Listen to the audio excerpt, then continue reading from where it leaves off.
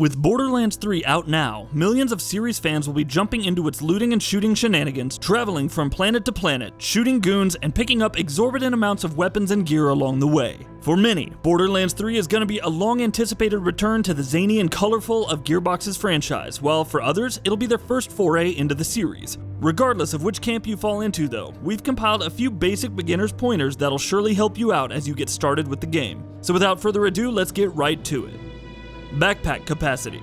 Borderlands 3 floods players with a deluge of cool new loot on a constant basis, and obviously you'll want to pick it all up the moment that you see it. It is a looter shooter after all, and this means that your backpack is going to fill up pretty quickly, at least in the early goings, which in turn means that you might not have enough space left to pick up future loot. The solution? Make sure that you get the backpack SDU before anything else to get extra space in your inventory. Ammo capacity. You can run out of ammo surprisingly quickly in Borderlands 3, especially in the opening hours of the game, and it goes without saying that this is a problem that you're going to want to avoid. So, once you've upgraded your backpack, you're going to want to get the Ammo Reserve SDU next, at least the first tier, to make those ammo scarcity woes a bit less infuriating. Weapons. Getting the Ammo Reserve SDU isn't the only way for you to solve ammo issues in the early stages of Borderlands 3. There are 6 different weapon types in the game, and each of them obviously uses a different ammo type. So make sure that when you're heading out into the field, you equip weapons of different kinds. Don't have any repeats. You might like 2 or 3 weapons of the same type, but they'll all consume ammo from the same pool, which is something that you should avoid. Shielded enemies. You'll run into more than just a few enemies in Borderlands 3 who will be equipped with shields, or who will only have shield health bars. Thankfully, there are weapons in the game that are designed specifically to give you an edge against such foes. Make sure you always have guns on you that can destroy shields, as these can make short work of shield-bearing enemies pretty quickly, even if you are a little lower leveled. Elemental damage.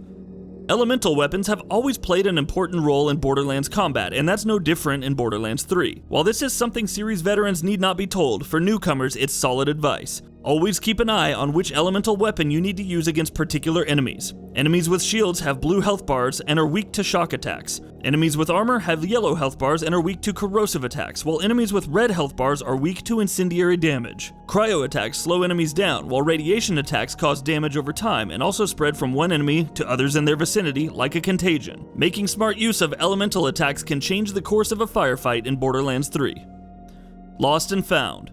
There will be times when enemies will drop loot, but they'll drop it in unreachable places where you simply can't go. But don't worry, that doesn't mean that the loot's lost forever. Loot that you lose this way gets transferred over to the Lost and Found machine on Sanctuary for you to retrieve. Keep in mind though that the Lost and Found machine has an upper limit for the amount of loot that it can store, so keep checking it regularly, and maybe also invest in the Lost and Found SDU early on to increase its capacity. Getting downed.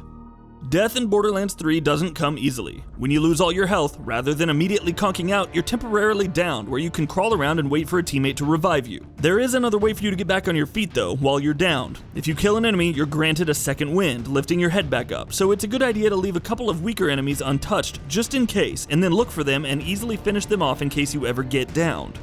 Check your mail.